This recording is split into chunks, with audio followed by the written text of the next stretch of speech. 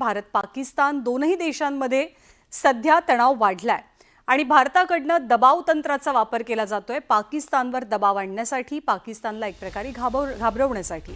या सगळ्या घडामोडी कशा सुरू आहेत त्याच बातम्यांनी बुलेटिनची सुरुवात करूया।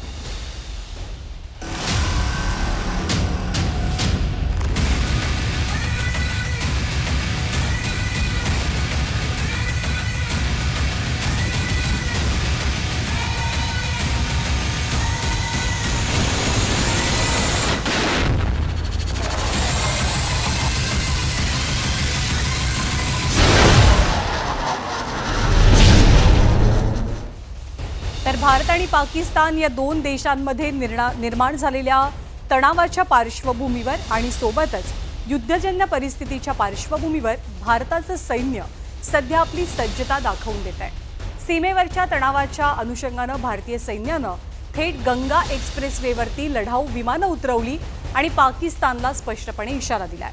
शुक्रवारी उत्तर प्रदेशच्या शहाजंगपूर जिल्ह्यातल्या गंगा एक्सप्रेसवेवर भारतीय हवाई दलाच्या लढाऊ विमानांनी यशस्वी लँडिंग केलं। खरं तर ही केवळ एक ट्रायल होती, पण गंगा एक्सप्रेसवेवरती उतरलेल्या लढाऊ विमानांचा आवाज थेट पाकिस्तानच्या इस्लामाबादपर्यंत जाऊन पोहोचलाय आणि पाकिस्तानच्या मनात धडकी भरली आहे। भारताच्या लढाऊ विमानांची गर्जना, गंगा एक्सप्रेसवर सामर्थ्याचं दर्शन। भारत मोठ्या कारवाईच्या तयारी, विमानांच्या गर्जनेनं पाकच्या पोटात गोळा।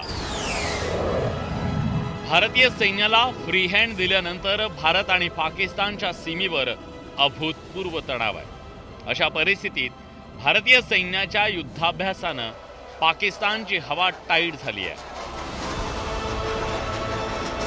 शुक्रवारी दुपारी 12:30 वाजता वायुसेनेचं C-295 हे लढाऊ विमान मेरठ प्रयागराज गंगा एक्सप्रेसवर अवतरलं आणि भारताच्या लढाऊ विमानांच्या गर्जनेचा इस्लामाबाद, कराची आणि लाहोरपर्यंत पोहोचलेला आवाज पाकिस्तानच्या मनात धडकी भरवणारा होता। कारण लढाऊ विमानं रनवेवर नाही तर थेट हायवेवरून उड्डाण घेत होती। हे भारताच्या सामर्थ्याचं आणि सज्जतेचं जगाला दर्शन होतं। युद्धाच्या काळात शत्रूच्या रनवेला प्रामुख्यानं टार्गेट करून उद्ध्वस्त केलं जातं।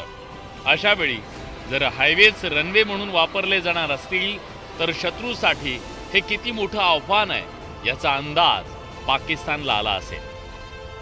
ज्या गंगा एक्सप्रेसवरून विमानांनी टेक ऑफ केलं ते गंगा एक्सप्रेस कराचीपासून 1188 किलोमीटरवर आहे, तर इस्लामाबाद 744 किलोमीटरवर आहे, तर लाहोर अवघ्या 487 किलोमीटरवर आहे। याच गंगा एक्सप्रेस पासून पाकिस्तानमधलं रावळपिंडी 733 किलोमीटर, तर पाकव्याप्त काश्मीर 719 किलोमीटरवर आहे।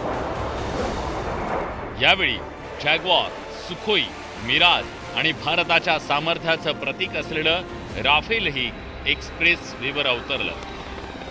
सगळ्यात महत्त्वाचं म्हणजे वादळी वाऱ्यातही विमानांनी आपल्या सामर्थ्याचं दर्शन घडवलं। दिवसानंतर रात्रीही अशाच प्रकारची चाचणी केली जाणार आहे।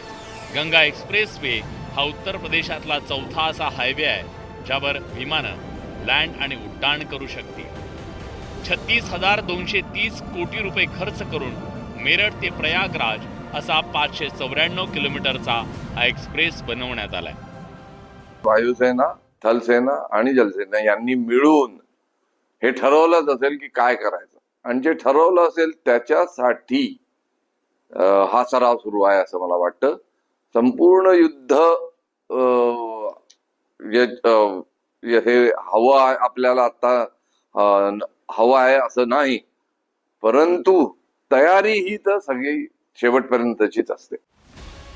भारतानं गेल्या काही वर्षात सीमा भागात अनेक पायाभूत सुविधा उभ्या केल्या, तसंच अंतर्गत भागातही केलेली गुंतवणूक बदललेल्या भारताचं आणि सामर्थ्याचं प्रतीक आहे। ज्या रस्त्यावरून वाहनं चालतात तिथं आणीबाणीच्या काळात लढाऊ विमानं लँड आणि टेक ऑफ करू शकणार असतील तर हे शत्रूच्या पोटात गोळा आणणार आहे हे नक्की।